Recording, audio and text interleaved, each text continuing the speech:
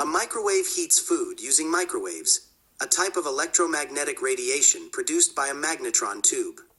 These microwaves make water molecules in food vibrate, creating friction that generates heat, warming the food from the inside out. Unlike traditional ovens, which heat from the outside in, microwaves work quickly.